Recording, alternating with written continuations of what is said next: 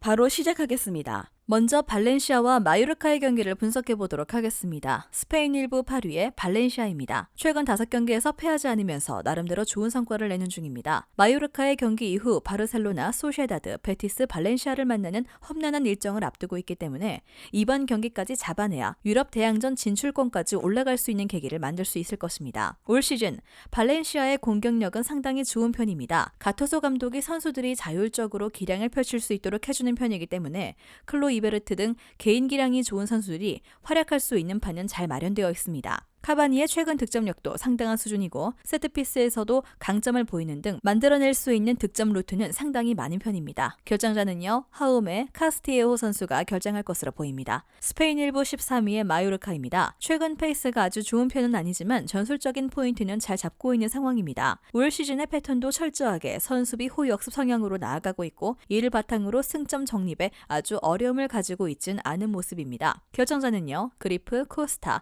카데웨레 선수가 결정할 것으로 보입니다. 발렌시아가 꽤 고전할 가능성을 염두에 두어야 하겠습니다. 마요르카가 확실한 수비 컨셉을 잡고 최근 실점 제어에 성공하고 있는데 세부 전술을 짜는 능력은 다소 처지는 가투소 감독의 특성상 선수들의 개인 기량에 공격을 맡기는 빈도가 상당히 높을 가능성이 있습니다. 마요르카도 공격 패턴이 전방을 향한 직선적인 공격이 주가 될 것임을 고려하면 2.5 언더를 주력으로 추천할 수 있는 매치입니다. 다음은 레알 마드리드와 세비야의 경기를 분석해 보도록 하겠습니다. 스페인 1부 1위의 레알 마드리드입니다. 팀 분위기는 최고조입니다. 엘클라시코에서 완승을 거두면서 리그 1위를 탈환했고 벤제마와 쿠르타와 발롱도르가 야신 트로피를 수상하면서 팀 내외적으로 경사가 가득한 상황입니다. 엘체를 3대 0으로 잡아내면서 리그에서도 서서히 선두를 굳히고 있죠. 지난 경기에서 고무적이었던 것은 템백을 상대로도 득점력을 보여줄 수 있다는 것을 증명했다는 것인데 템백을 사용했던 헤타페전에서 1대0 신승을 거두는 등 공격진의 결정력이 다소 떨어지는 모습을 보여주었지만 지난 경기에서는 호드리고 벤제마, 비니시우스로 이어진 3톱의 활약이 모두 좋았습니다. 지난 경기에서 기록한 이후 슈팅의 비중이 70%로 공격적인 면에서는 크게 우려스러운 점이 없습니다. 세비야가 어느 정도는 레알 마드리드를 상대로 중원 싸움이 가능한 팀이긴 하나 중앙 전력에서도 모드리치, 크로스, 발베르데가 버티고 있는 레알 마드리드가 우세한 것이 사실이죠. 다만 세비야가 최근 3번의 맞대결에서 모두 득점을 기록한 바 있고 올 시즌 레알 마드리드도 리그에서 무실점 비율이 20%에 불과한 만큼 수비적인 리스크가 없다고 보긴 힘들겠습니다. 결정자는요, 세바요스, 쿠르트와 디아스 선수가 결정할 것으로 보입니다. 스페인 1부 12위의 세비야입니다. 산파올리 감독이 지휘봉을 잡은 이후에는 4경기 무패를 달리면서 서서히 순위를 상승시키는 모습인데 다만 여전히 풀어야 할 숙제가 남아있는데 득점력이 생각만큼 올라오고 있지 못하다는 것입니다. 일단 중원의 빌드업이 로페테기 감독 시절보다는 상당히 나아졌으나 전방에서 방점을 찍어주는 능력은 아직 부족한 것이 사실이죠. 최근 4경기에서 모두 득점이 나오긴 했으나 멀티 득점은 단 한 골도 없었습니다. 9번 자리에서 뛸 수 있는 선수들의 폭이 부족해 라메라를 원톱으로 기용하는 모습을 보이기까지 했죠. 한 골 정도의 기대는 해볼 수 있으나 그 기대 이상의 퍼포먼스를 보여주기에는 부족할 것입니다. 결정자는요, 코로나, 레키크 선수가 결정할 것으로 보입니다. 세비야가 산파올리 감독 부임 이후에 중앙 빌드업이 상당히 좋아지긴 했으나 아직도 전방의 날카로움은 부족한 모습입니다. 반면 레알 마드리드는 3톱의 컨디션이 지난 경기에서 상당히 좋아 보였고 2경기에서 모두 대량 득점에 성공한 모습입니다. 레알 마드리드의 승리를 점치겠습니다.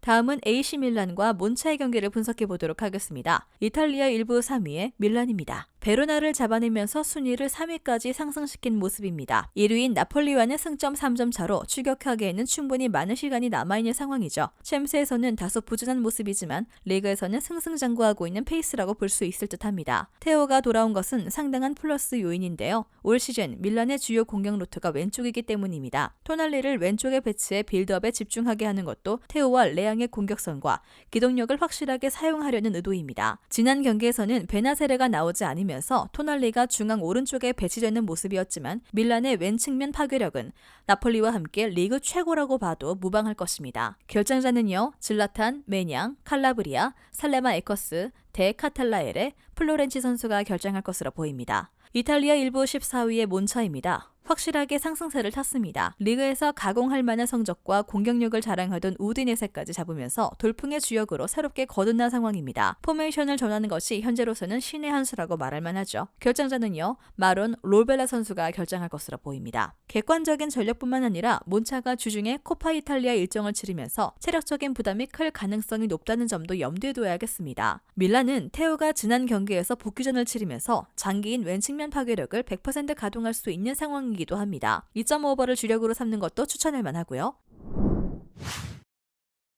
마지막으로 피오렌티나와 인터밀란의 경기를 분석해 보도록 하겠습니다. 이탈리아 1부 12위의 피오렌티나입니다. 유럽 대항전과 리그에서 극명한 차이를 보이고 있습니다. 유럽 대항전에서는 하츠와의 2연전에서 모두 대승을 거두었지만 리그에서는 3경기에서 승리를 거두지 못하고 있는 중인데 레체와의 경기에서도 득점력에서 문제를 드러내면서 졸전 끝에 무승부를 거두고 말았습니다. 결정자는요, 카스토르빌리, 소틸 선수가 결정할 것으로 보입니다. 이탈리아 1부 7위의 인테르입니다. 살레르니타나도 잡아내면서 최근 4경기 무패입니다.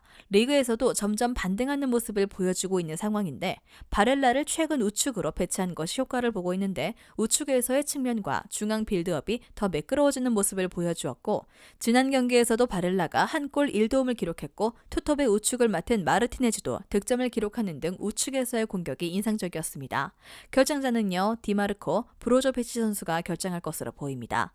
일단 피오렌티나가 리그에서는 득점력 난조로 인해 제 기량을 전혀 펼치지 못하는 상황입니다. 요비치의 리그 성적은 처참한 수준이고 지난 경기에서는 밀집 수비를 돌파하지 못하면서 고전하는 모습을 보여주기도 했죠. 인테르가 우측에서 매끄럽게 빌드업이 이루어지면서 공격적으로는 장점을 확실히 보여주고 있고 피오렌티나처럼 라인을 올리는 팀을 상대로서도 꽤 선전하는 모습을 보여주기도 했습니다. 플러스 1 핸디캡 승리도 무난할 것입니다. 영상에서 알려드리는 내용들은 모두 1차 분석 내용들이며 2차 분석과 최종 조합픽은 영상 하단 고정 댓글 링크로 문의 주시면 안내 도와드리도록 하겠습니다. 시청해주셔서 감사합니다.